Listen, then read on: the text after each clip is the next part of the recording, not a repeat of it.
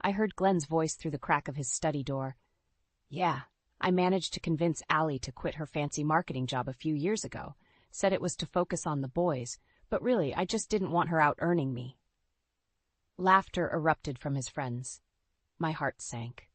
For 18 years, I believed Glenn's lies about us being partners. I left my promising career at his insistence, pouring my life into supporting his business goals and raising our twin sons, Ezra and Eli. All this time, he saw me as nothing more than a trophy wife to control and subdue. I stormed into the kitchen, fuming. The counter was cluttered with cleaning supplies, another chore on my never-ending list.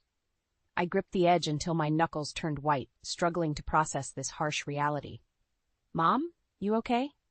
Eli stood at the entrance, brow furrowed with concern. I wanted to protect him and Ezra from the ugly truth. Forcing a smile, I replied, just stressed about the party preparations this weekend. Eli hesitated, clearly sensing my distress, but nodded. We can help set up if you want.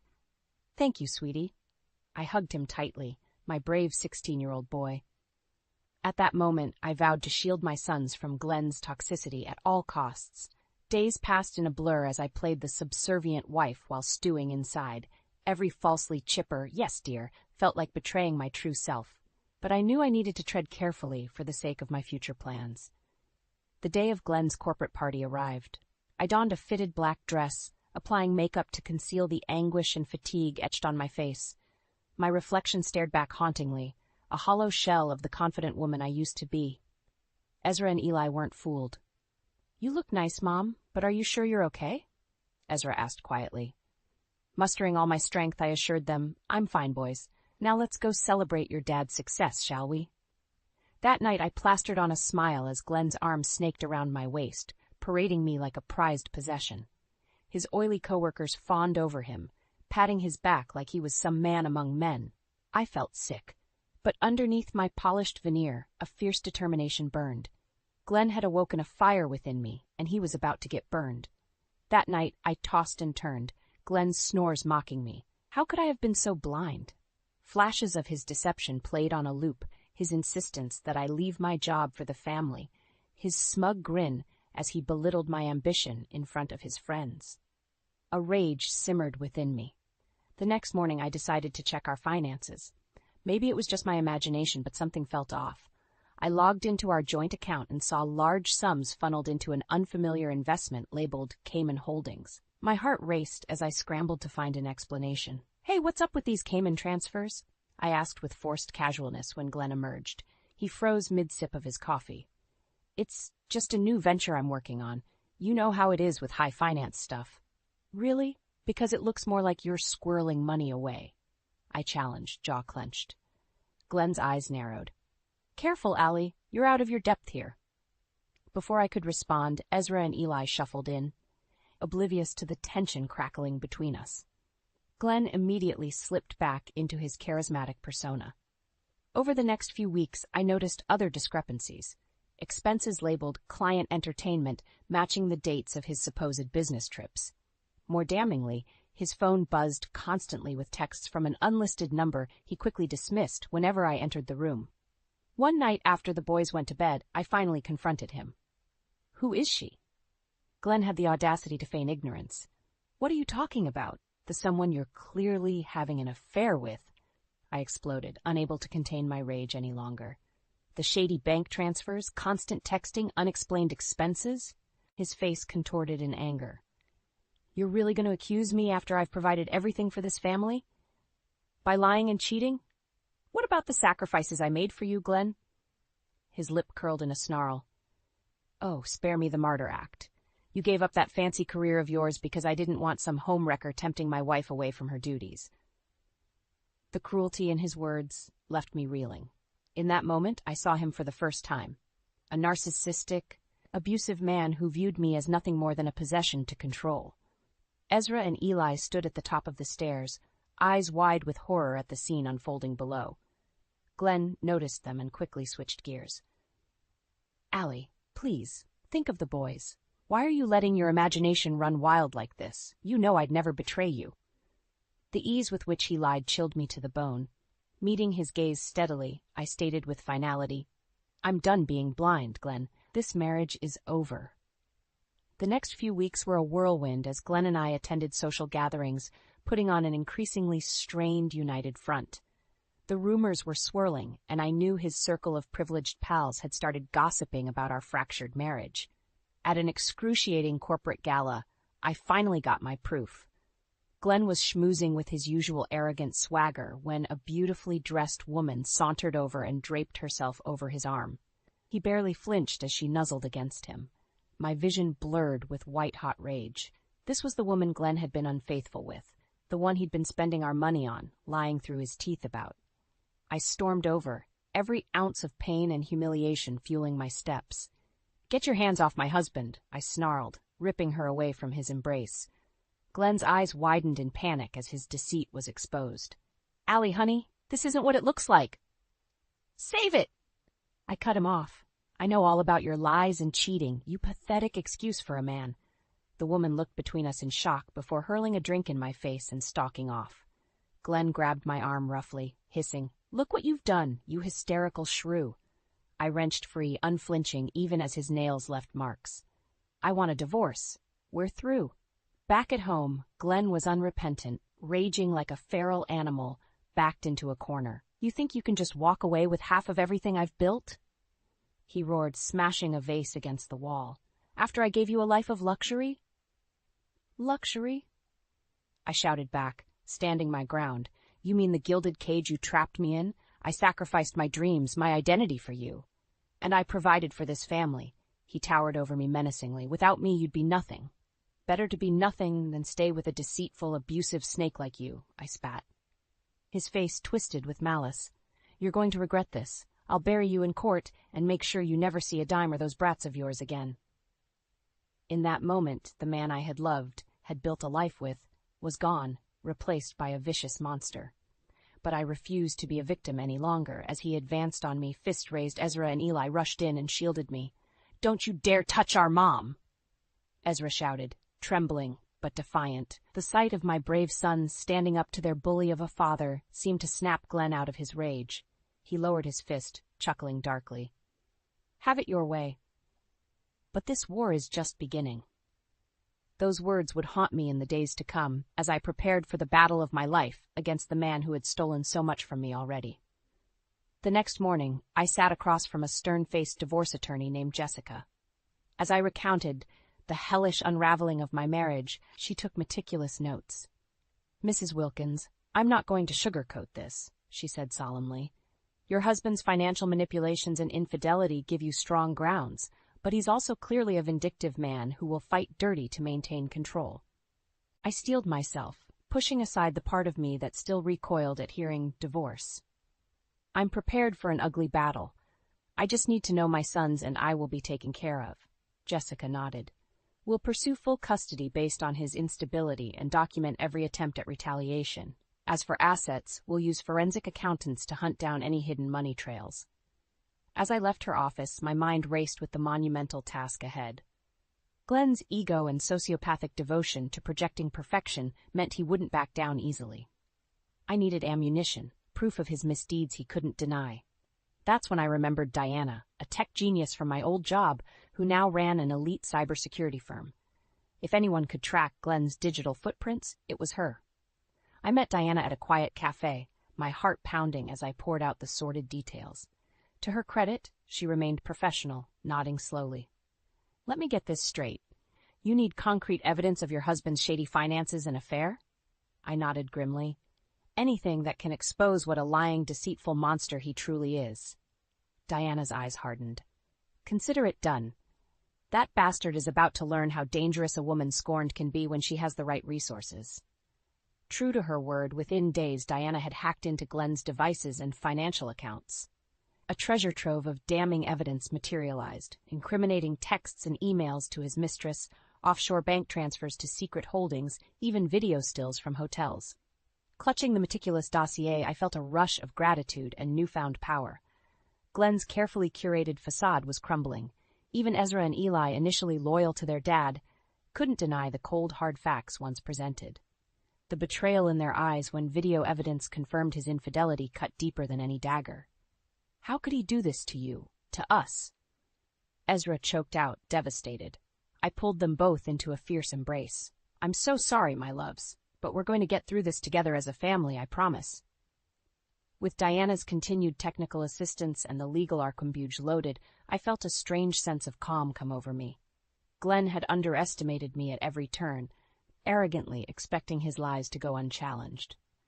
Well, the gloves were off now. It was time to make that bastard pay for shattering our lives by destroying his precious illusion of status and superiority. Over the next few weeks, I methodically executed my plans, aided by a network of supportive women who had faced similar marital nightmares. Stephanie, a fiery divorcee, became my closest confidant. The courts are still biased towards men with money and power, she warned during one of our clandestine meetings. We need to build an airtight case that leaves no room for Glenn's slimy lawyers to twist the narrative. With her guidance, I secured hidden cameras to monitor Glenn's volatile behavior, gathering evidence of his escalating, menacing outbursts aimed at me and the boys. I also moved funds to a secure account he couldn't access. You're cutting off the puppet master's strings, Stephanie said approvingly. He's used to controlling the purse strings and using money to bully his way through life. Meanwhile, Diana continued supplying a steady stream of intel from Glenn's devices and communications, new money trails, X-rated messages with his mistress, even audio recordings of his profanity-laced rants about me. The woman I was regaining her voice, her power. For too long, I had been paralyzed by Glenn's masterful gaslighting. But now, with undeniable proof, the truth was a brilliant light obliterating his twisted lies. As D-Day approached, I felt an odd sense of pity for the sad small man Glenn had revealed himself to be, a hollow husk obsessed with status over substance. Everything had been a sham, including the vows he clearly never valued. Ezra and Eli watched in awe as I surgically dismantled Glenn's ruse. For years, he had manipulated them into believing I was a fragile, hysterical woman undeserving of their father's success. Yet here I was, a phoenix rising from the ashes of deception, blazing with brilliant clarity. Mom, we had no idea, Eli whispered, shaking his head in disbelief after viewing the evidence. We're so sorry we doubted you. I pulled them close, forgiveness filling my heart. They were the true victims in this tragedy, callously used as pawns in Glenn's ego games. All that matters now is moving forward as a strong family unit, my loves. Your dad's fool's gold has finally been exposed. On the front lines, Stephanie's network also employed cyber specialists to backtrace Glenn's financial schemes, catching illegal transfers, hidden assets, even tax evasion and embezzlement from his Fortune 500 company. He's not just going to lose his house and half his net worth, Stephanie updated me gleefully.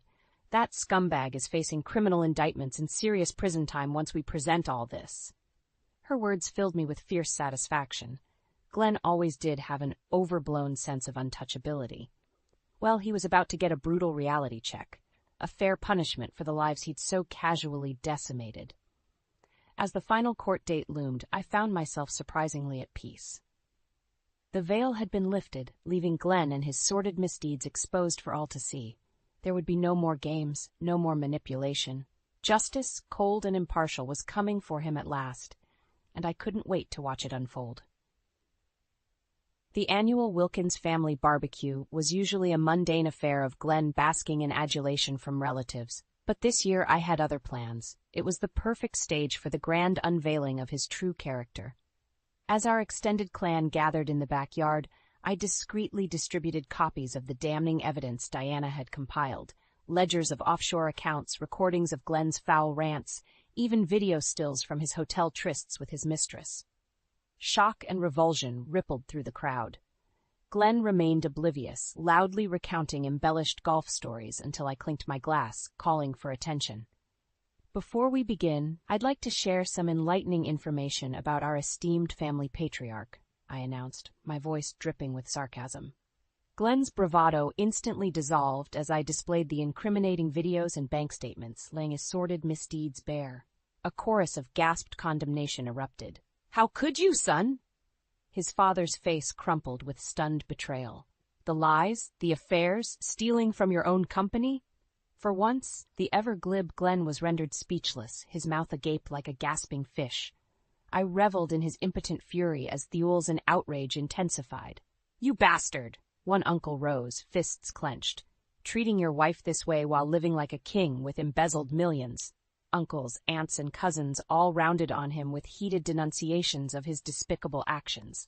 Through it all, Glenn could only sputter weakly, his sham of a dignified life crumbling. The final, brutal humiliation was delivered by the last person I expected, his mistress, Claire. She stormed in, eyes blazing, clearly made aware of the proceedings. "You told me you were getting divorced, you lying sack!" She slapped Glenn hard across the face before turning to face the shocked guests. "He's been pulling the wool over all of your eyes, acting like some upright family man." In that moment, Glenn seemed to shrink into himself. The hollow husk left when his aura of smug dominance was shattered. I watched with grim satisfaction as the men who had enviously enabling his deplorable behavior turned their backs in disgust. My brave sons stood by my side, reviled by the stranger their father had become. Ezra shook his head slowly with crushing disappointment. "All these years, thinking you were some alpha male to admire and follow in your footsteps," he muttered. "Turns out you're just a selfish, manipulative coward."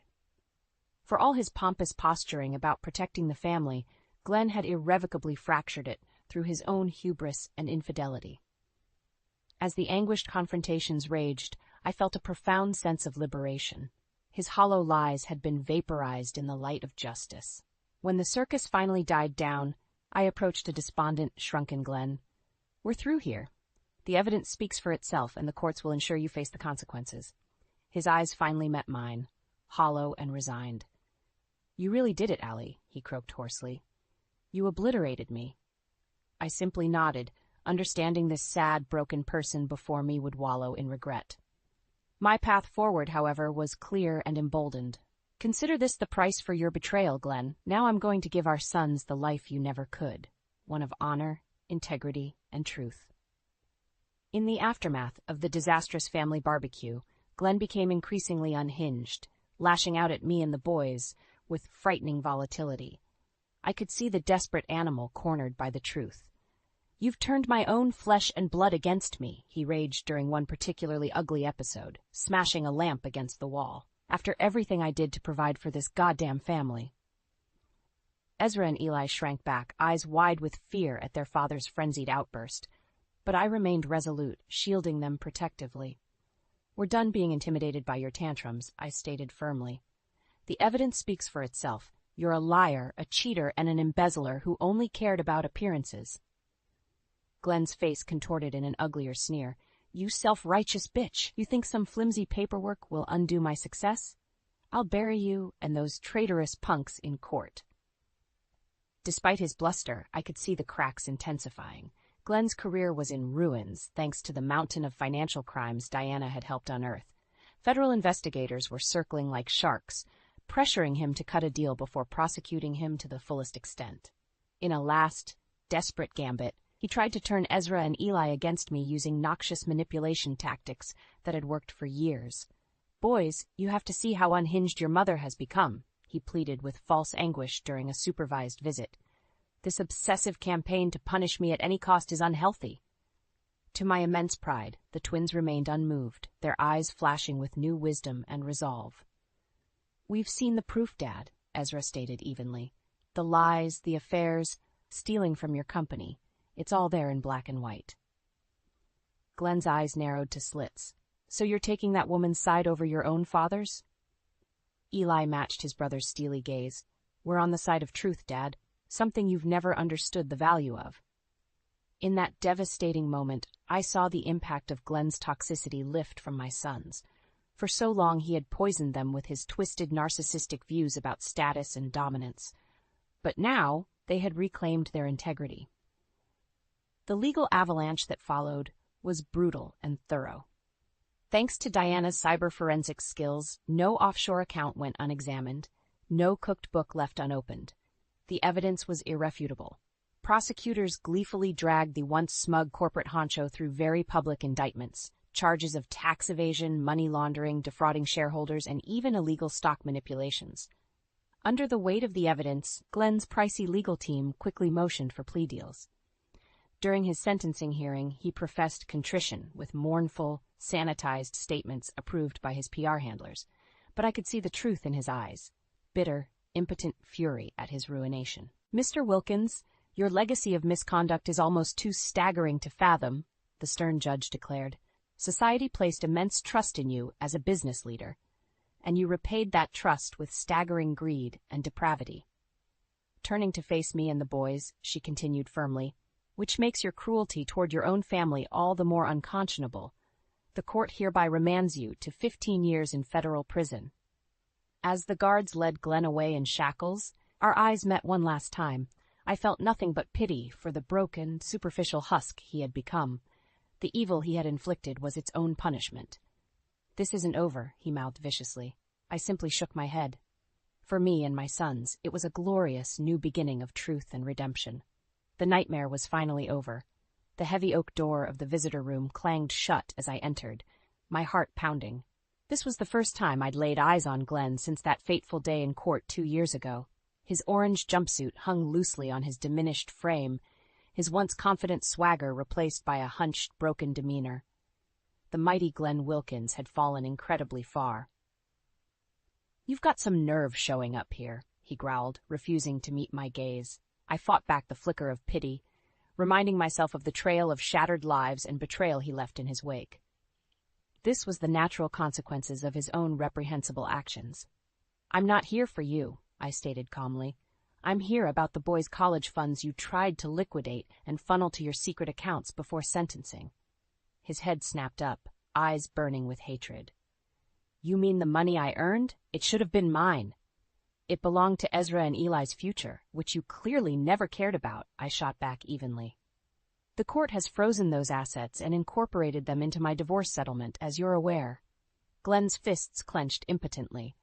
"You just can't stop trying to grind me into the dirt, can you, Allie? I'm simply making sure you can't sabotage our sons like you tried sabotaging me all those years." An uncomfortable silence stretched between us, thick with resentment. Finally, Glenn seemed to deflate with resignation. "So is that it? You've won, the perfect victor getting her revenge at last?"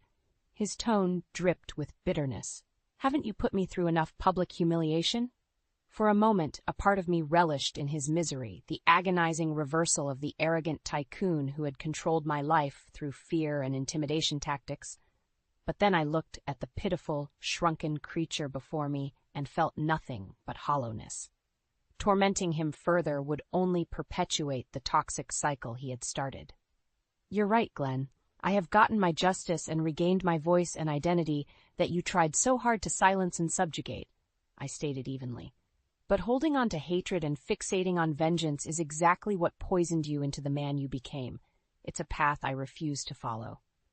His brow furrowed with genuine confusion. "So then why are you here?" "To tell you that I'm moving forward by finally focusing on the things that truly matter. Rebuilding my career, being there for our boys as they become men, and helping other women find their strength like I did." Glenn seemed to shrink even smaller, if it was possible. Perhaps a part of him recognized the resilience and integrity he had so casually tried to snuff out. "You really did obliterate me, Allie," he mumbled hollowly. "In more ways than one." Staring at the shrunken, pathetic specter of the man who had once held such terrifying power, I felt something unexpected. Pity. Because for all his bravado, his displays of wealth and status, Glenn had never known what truly making yourself was all about. "I didn't obliterate you, Glenn," I replied softly.